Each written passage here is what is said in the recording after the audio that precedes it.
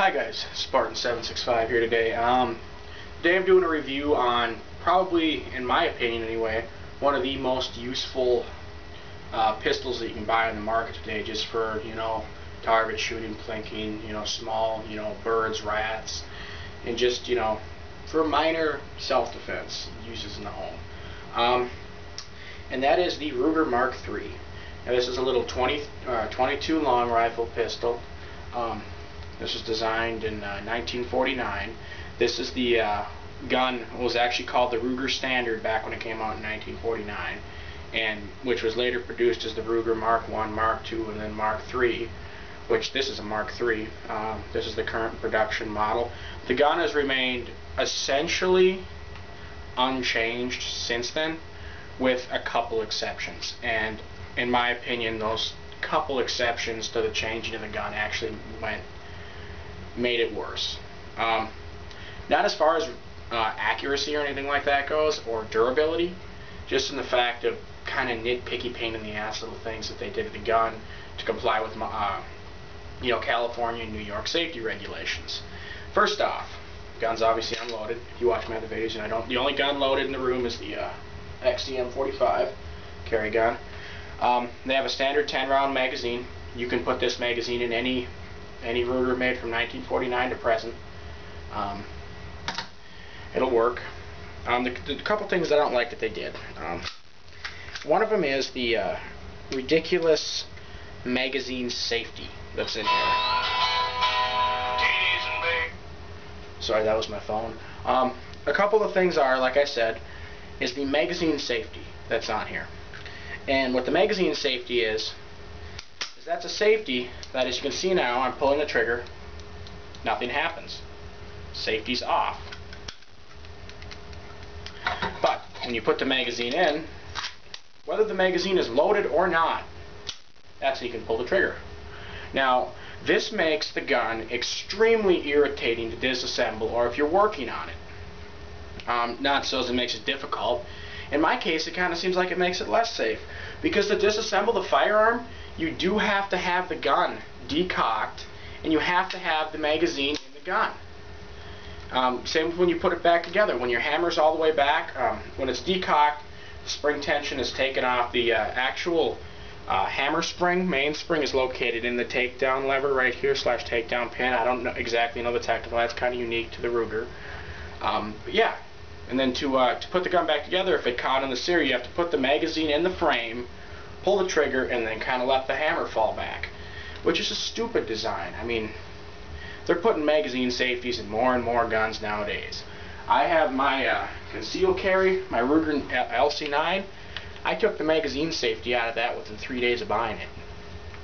It's a pointless safety, it's a stupid safety, and in some cases it makes the gun more dangerous to take apart, if it requires, the magazine has to be in. Another thing is the chamber load indicator on here. Chamber load indicator is made out of plastic. When I got this gun, I bought it for 300 bucks. There was a little bit of grit and dirt in here, so it was actually stuck open. So I fully disassembled the gun, as I do with any gun. Take the trigger out, the hammer out, the mainspring disconnector, all that out, and clean it all out. And pick that out. There was enough dirt in there. I mean, blacked an entire patch. But okay, enough with that changes. Now, things I love about this gun is the grip. If you'll notice this gun, if you're not familiar, you'll think this looks like a Luger. That's because when Ruger designed this gun in 1949, being its first firearm it developed, he was a World War II vet, and he fought in Japan. And he based the design of this gun not only off the Luger, but the mechanical function off of the Nambu Type 14 pistol. Now, the look of the lower end looks like a Luger. That's because he liked the way the Luger felt, and coming right out of World War II, Lugers were a very desirable handgun to have. So why not manufacture a 22 that looks like a Luger? It'll sell like hotcakes, and it did.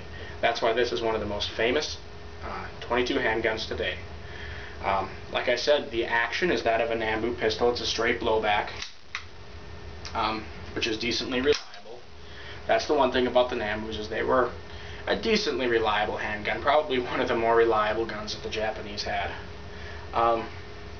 Looks cool, easy to disassemble, It's not, there is no stamped parts on the upper receiver. The lower part is a stamped lower unit, but it's made out of, I believe it is 2 millimeter thick steel, with a welded, there's a little block welded in here for the pin to go into the receiver to make that extra strong, so it's not going to, you know, loosen up over time. Gun's really easy to take apart. All you do is you pull down the takedown lever here, pull it out, pop that pin out, and inside here, like I said, is also the main spring for the hammer. You know, then you just pop the front off right here. It slides right off of the lower receiver, and I will do a video on that. It'll be my next video. But yeah, I'll recommend this to anybody because you can get a box of 22 long rifle for 20 bucks. You can go down to the range and shoot all day with this. It only costs you 20 bucks versus shooting this all day costs you about $1,000. 45 ain't cheap. So yeah, I mean, just the stock gun. This is the stock one, and they come and they're very accurate just from the factory, or decently accurate. And you can step it up and you can put a match grade recoil spring in.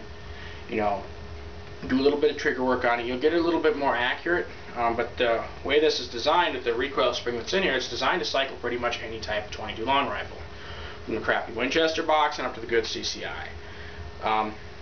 It sacrifices a tiny bit of accuracy with that because it's a little under. It's not as, you know, strong as a match spring would be. With the match spring, you have more force required to pull it back.